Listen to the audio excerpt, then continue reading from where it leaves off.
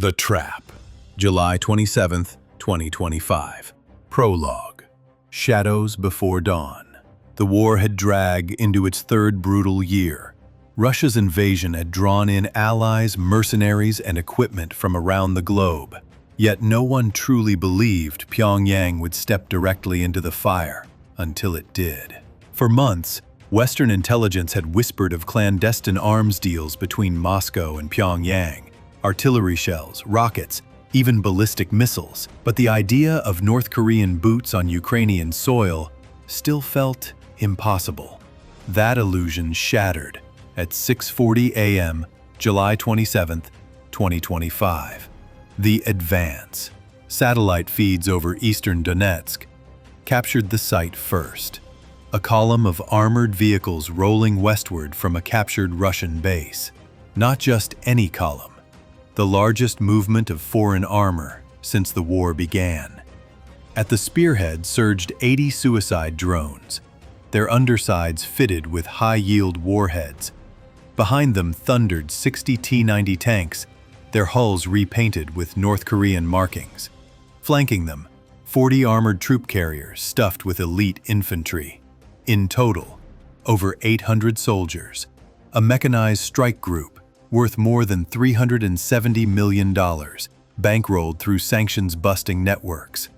Pyongyang had arrived. The plan was simple: a lightning strike to puncture Ukraine's lines, to humiliate Kyiv, and to prove that North Korea could project power far beyond the Korean peninsula. The soldiers marching west believed themselves unstoppable. They did not know they were rolling into a grave. The minefield awakens. The farmland ahead looked deceptively peaceful. Fields of wheat swaying in the breeze, narrow roads cutting across ditches, scattered barns and irrigation lanes. But beneath this calm lay 3 square miles of death. For 17 nights, the 93rd Mechanized Brigade had worked without rest. Under camouflage nets, guided by NATO advisors, they buried more than 200 anti-tank mines. Not in random scatter, but in mathematically precise patterns, alternating pressure plates, seismic sensors, and infrared tripwires. Narrow safe lanes were left open, deliberate invitations. At 7:03 a.m., the first T-90 hit the threshold. The explosion was bone-rattling. 65 tons of armor lifted skyward. Its turret flew nearly 50 feet, landing in a grove of birch trees. Within 4 minutes, 17 tanks were gone. Ukrainian drone operators, watching via thermal feeds, marked each fiery blossom in real time. The trap had sprung. The near disaster. But modern war balances brilliance with chaos. Operation Frosthook. But Ukraine wasn't done. At 7:35 a.m., the final act began. From trenches, barns, and tree lines, 850 Ukrainian infantry rose from the earth. They had lain motionless for 36 hours, covered in camouflage nets, their body heat masked with biometric patches. These were Ukraine's elite fire teams. RPG-29 crews, their tandem warheads designed to pierce 600 millimeters of armor. Thermal snipers who picked off officers by the faint IR glow of command helmets. Mortar teams guided by hovering drones. Portable jammers that cut off radios mid-command. The ambush was total.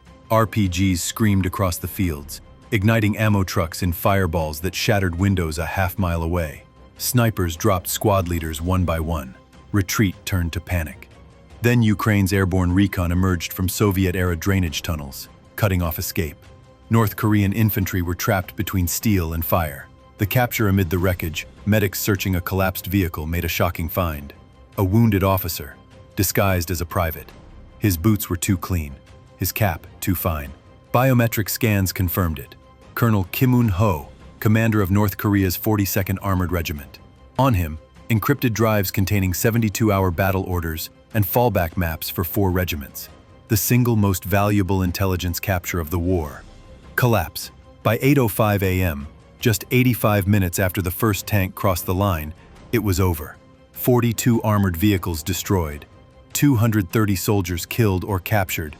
1 regimental commander extracted alive. Satellite images showed wreckage trails stretching for kilometers. smoke columns marking the death of a battalion. And in Pyongyang, silence. For 36 hours, state media broadcast nothing. Western intelligence reported generals arrested within hours of the defeat. The lesson: Ukraine did not gloat. In field hospitals, medics treated both their own wounded and captured North Koreans. One photo, a Ukrainian corporal offering water to a burned 19-year-old conscript, went viral, reminding the world that war is still fought by people, not machines. And the message was unmistakable. North Korea sent a $370 million mechanized strike group across half the world. Ukraine dismantled it in 85 minutes, not through sheer firepower, but through foresight, engineering, and patience. Farmland became a minefield. Silence became a weapon. An army became wreckage. This was more than a battle. It was a warning, a doctrine, a turning point.